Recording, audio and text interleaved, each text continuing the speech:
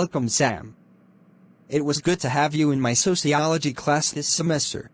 What made you to seek a private appointment with me today?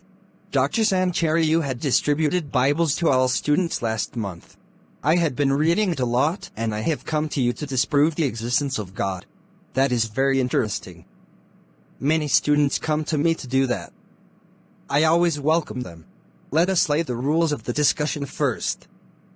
Do you want a religious discussion or a scientific one? Well, I am a science student. I shall have only a scientific discussion. Yes, sir. Only science and science only. Are you sure you will not bring anything other than science into this discussion? I assure you that I don't need anything other than science to disprove the existence of God. That is great. We shall keep it strictly scientific as per your wish. Now everyone knows that science proves or disproves ideas with the help of experiments, and experiments alone. I agree, sir. I agree completely with you. In that case, tell me about at least 5 experiments that have disproved the existence of God. That is easy, sir. Easy! Science has proved that Adam and Eve mentioned in the Bible did not exist. So there's no God. That is a curious argument, because you are arguing from religion. Anyway, please tell me, which experiment of science has proven that Adam and Eve did not exist? The theory of evolution has proved it for sure, Dr. Sancheri. I thought you agreed that you shall speak only about experiments of science to disprove God.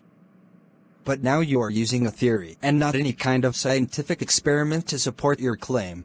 But Dr. Sancheri, a lot of scientists believe in the theory of evolution. So what? A lot of scientists believe that the theory of evolution is false. So let us stop discussing this theory or that theory which is believed by people.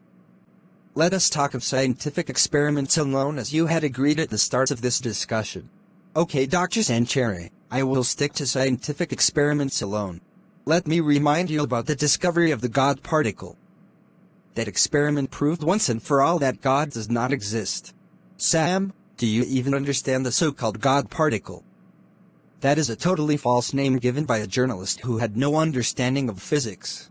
The actual name of the particle is Higgs boson. This particle did not prove anything against the existence of God.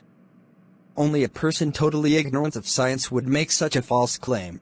I am sorry, doctor, for my mistake. It was an unintentional error on my part. My apologies. I noticed that we are getting nowhere.